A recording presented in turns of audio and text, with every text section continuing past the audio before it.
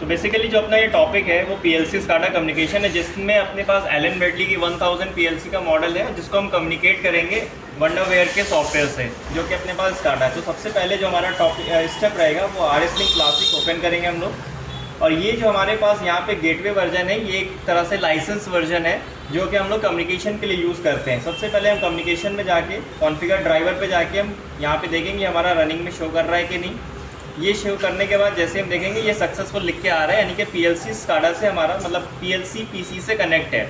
ठीक है, with on जो भी हमारा यहाँ पे पोर्ट दिखा रहा है उस पर्टिकुलर पोर्ट से हमारा जो है पीसी कनेक्ट है, 3 नंबर पोर्ट से कनेक्टेड है। ठीक है, जिसका बॉड रेट है 9.6 kbps के हिसाब से ये हमारा कनेक्ट है, मतलब डेटा ट्रांसफ़र हो रहा है।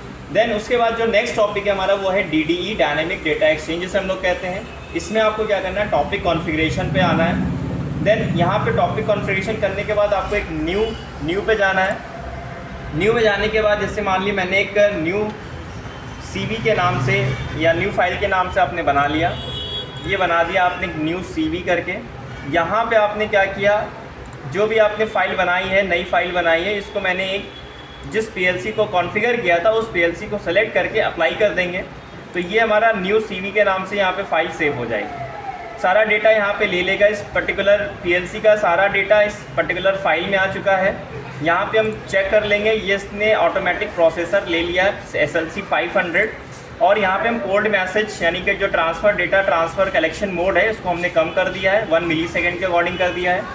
अप्लाई करके हम इसको यहाँ पे एडवांस कम्युनिकेशन में जाके देखेंगे ये हमारा सिस्टम रनिंग में है। इतना प्रोसेस करने के बाद अपने PLC प्रोग्राम पे आ जाएंगे हम, जो कि हम 500 पे हम लोग काम कर रहे हैं। This is a programming software for Allen Bradley PLC, जो कि अपने पास मॉडल है यहाँ पे 1000 माइक्रोलॉजिक्स 1000 मॉडल है। ओके कर देंगे। यहाँ पे हम लोग एक ऐसा प्रोग्राम बनाएंगे जो PLC और स्काडा दोनों के लिए हमारा यूज़फुल प्रोग्राम रहेगा ये, जिसमें हम PLC से भी कमांड दे सकते हैं और स्काडा के थ्रू भी हम कमांड देंगे। यहाँ पे देखिए एक हम इनपुट लिए है NO, यहाँ पे हम जो देंगे वो PLC का स्टॉप बटन का एड्रेस देंगे। स्टॉप बटन हमारा 1 वाला है, जो यहाँ पे स्टॉप बटन हमारा 1 पे लगा हुआ है, इसलिए मैंने 1 नंबर का एड्रेस यहाँ पे दे दिया है।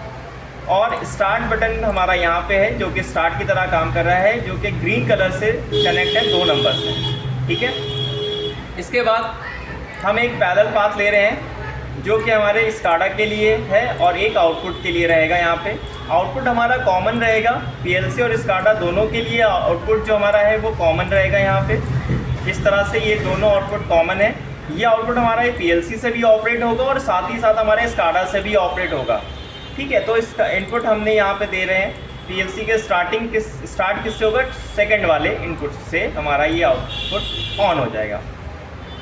ठीक है, अब मेरे को यहाँ पे एक बाइनरी लेना है। एक्चुअली बाइनरी हम लोग क्या करते हैं, बाइनरी जो लेते हैं वो हम स्काडा के केस में बाइनरी का यूज़ करते हैं। यहाँ पे हमने बाइनरी 1 ले ली है और बाइनरी 0 ले लिया हमने स्टार्ट के लिए, और बाइनरी 1 ले लिए मैंने स्टॉप के लिए। और हमें ये चीज़ क्लियर होनी चाहिए कि जो स्टॉप है हमेशा सीरीज़ में लगाया जाता है और जो पैरेलल सर्किट है वो स्टार्ट के लिए हम लोग यूज़ करते हैं। तो इसलिए हमने ये जो बाइनरी 0 ली है वो स्टार्ट के लिए ली है और बाइनरी 1 जो ली है वो स्टॉप के लिए यानी कि स्काडा के लिए ली है। ठीक है, इसको प्रोग्राम को हम डाउनलोड कर लेते हैं एंड डाउनलोड करने के बाद हम इसको ऑपरेट करके देखेंगे प्रोग्राम को। अभी ये जो प्रोग्राम है वो हमारा PLC के थ्रू ऑपरेट होगा, बट स्काडा के लिए अभी ये काम नहीं करेगा क्योंकि अभी जो है वो सिर्फ PLC के लिए ही ऑपरेट हो रहा है।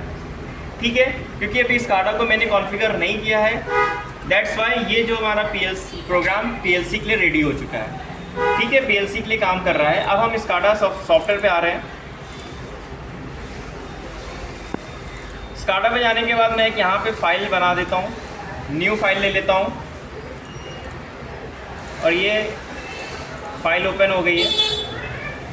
यहाँ पे क्या करना है, आपको एक नई फाइल लेना है। इसे कम्युनिकेशन के नाम से ले लिया मैंने। सबसे पहले जितनी चीज़ें आपके पास PLC पे है, हार्डवेयर पे है, उतने ही आपको कंपोनेंट स्काडा पे लेने हैं। यानी कि 2 इनपुट है यानी कि एक स्टार्ट बटन है,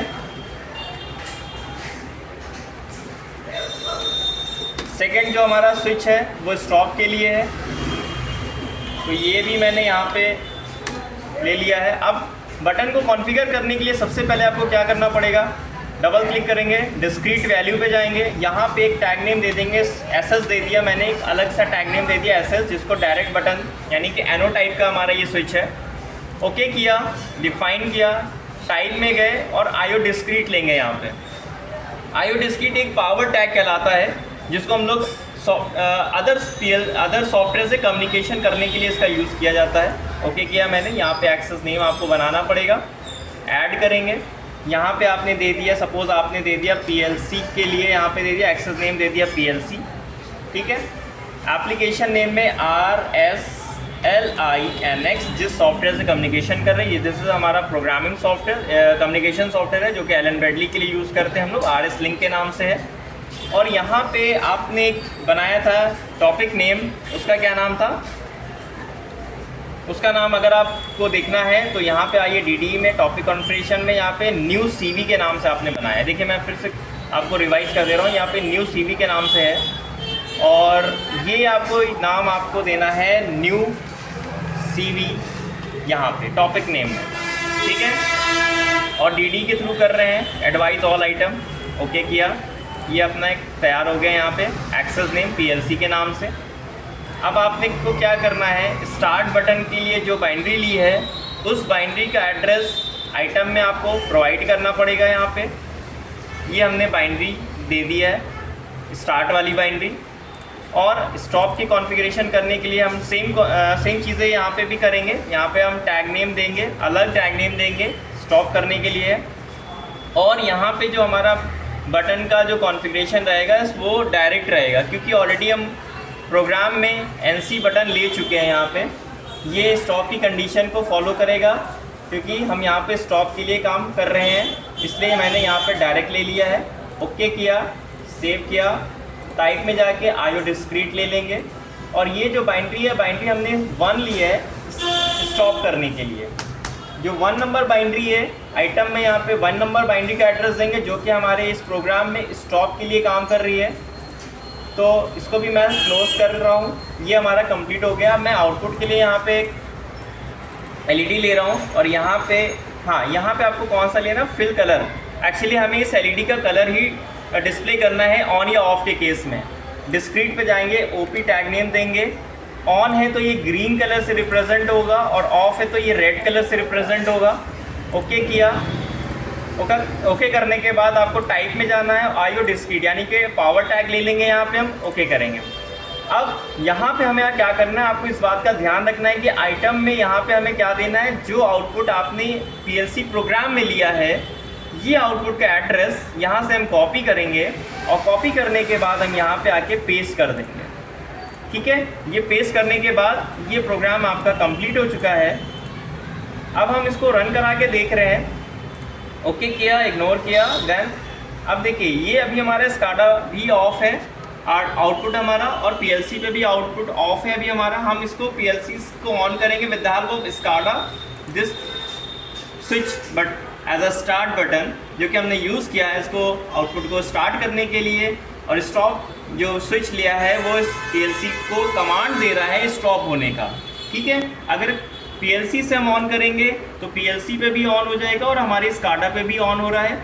और स्टॉप करने के लिए जैसे ही स्टॉप बटन दबाएंगे हार्डवेयर पे, वैसे ही हमारा ये सॉफ्टवेयर पे भी ऑफ हो रहा है और हार्डवेयर पे, यानी कि हम यहाँ पे क्या कर रहे हैं, स्काडा और PLC दोनों को कम्युनिकेट करा है एक with the help of start stop logic.